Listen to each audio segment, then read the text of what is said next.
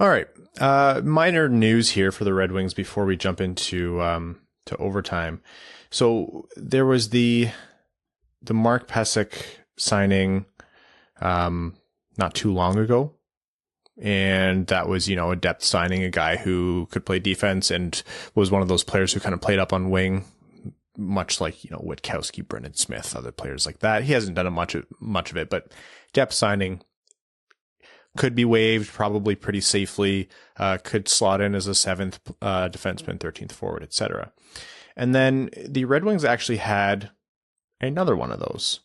They signed Robert Hagg, 27-year-old left defenseman. Again, this isn't a world breaker. This is a depth defenseman kind of thing. Probably someone you can comfortably waive, play as your 7th defenseman, slot in if and when injuries happen.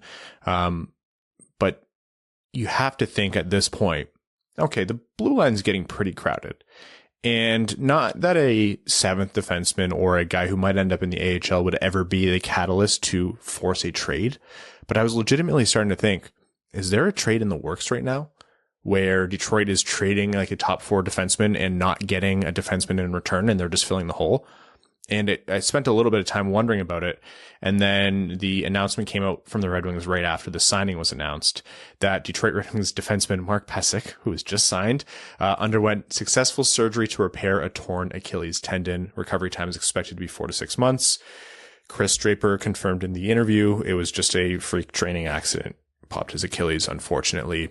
Pretty devastating injury and obviously not something that he or the Red Wings accounted for. So that is that signing encapsulated right there. Yep. We've spent the last, it feels like 3 episodes just constantly repeating how important depth is for just such a problem. Happened a little earlier than we would have anticipated.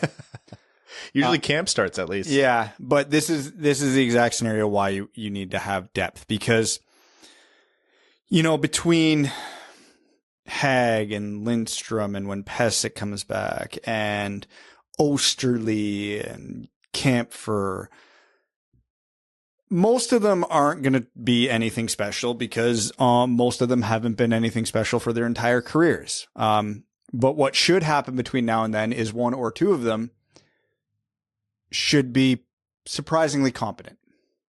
And then they earn that spot because we have a fairly good idea what the Red Wings top 4 is going to look like. And then it's wide open beyond that. Yeah. And when you have 4 to 6 guys competing for those, 3 spots, if you want to count the 7th defenseman, guys need to overperform their capabilities to take those spots. So the guys who are underperforming won't get those spots. So if Robert Hagg shows up and is plainly terrible, okay, well, you've got a bunch of other options beyond him. If Robert Hagg shows up and is, dare I say, good, well, that's a phenomenal problem to have. Because then, you can start exploring options with the defensemen below him, whether that's waiving them, buyouts, trades, who knows. But you have the world of options. And not that Robert Hagg is bad. He's not, but he's also definitely not anything special. Comparing Hagg and Sherratt and Mata and the other guys and Pysyk before he got in as the depth defenseman. Well, let's remember what the Red Wings defense looked like last year. These are still upgrades. Yes. Even though they are purely 5, 6, 7 depth defensemen, they are still upgrades from the majority of the defense the Red Wings had to parade out last year. So, when Wallman comes back, you can throw him right into that mix too, because Wallman's not guaranteed time. If Wallman gets outplayed by Hagg, well, then Hagg's going to get the ice time. If Wallman outplays, Osterley, Hagg, and Pysyk, when Pysyk comes back, then he'll get the ice time. So, this is the exact scenario why you sign a lot of depth guys, and now it's up to them to determine who plays. Yeah, looking into Robert Hagg as well, seems like he's a guy who Yzerman wasn't signing a 7th defenseman to be a world beater. He is a guy who plays a pretty decent amount of minutes, actually. Hits quite a bit and blocks a really good amount of shots. I know injuries have derailed some progress on that front of late, but yeah, he's he's coming in to play hard minutes if he's in. That's what he's there for. It's like you just said, Brad. Yzerman's making sure the depth is there, and he's making sure the depth isn't, all right, let's just make sure that guy doesn't go out and fail himself in the team every shift. It's to make sure that they're competent and at least, keep that MO of the team halfway present, which is make them hard to play against. If we're not going to be, the Tampa Bays, the Colorados of the NHL, let's at least be a hard team to play against. So is it sexy? Is it the world's best roster? No. Draper said in the interview, it's like there's still a long way to go in this rebuild, but it's a step and it's an improvement. And there are some very fair criticisms of contracts like Ben Sherratt's, I think, where you're like, the term based on his age and based on, his actual output, et cetera, et cetera.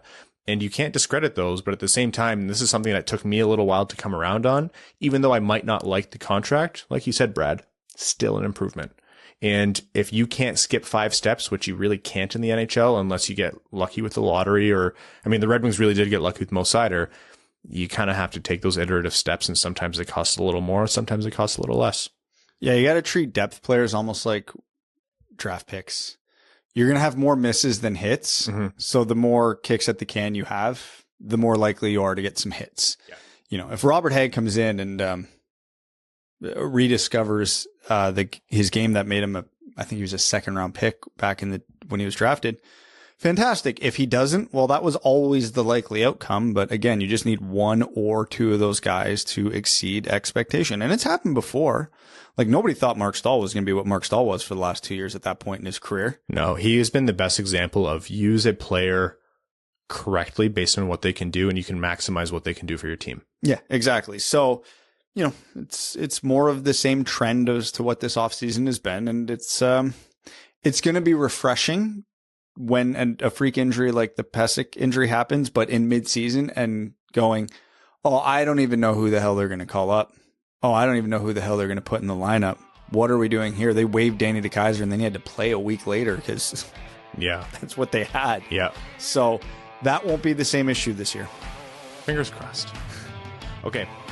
There's a lot to come on. Thanks for tuning in to the Winged Wheel Podcast. Be sure to check out wingedwheelpodcast.com, where you can subscribe to the show on iTunes, Spotify, or wherever you get your podcasts. You'll also find links to other ways to support the show, such as Patreon, official podcast apparel, and more. And don't forget to follow the show on Twitter at Winged Wheel Pod. And of course, the hosts at Brad Crisco, at Ryan Hanna WWP, and at Hockey Town Evan.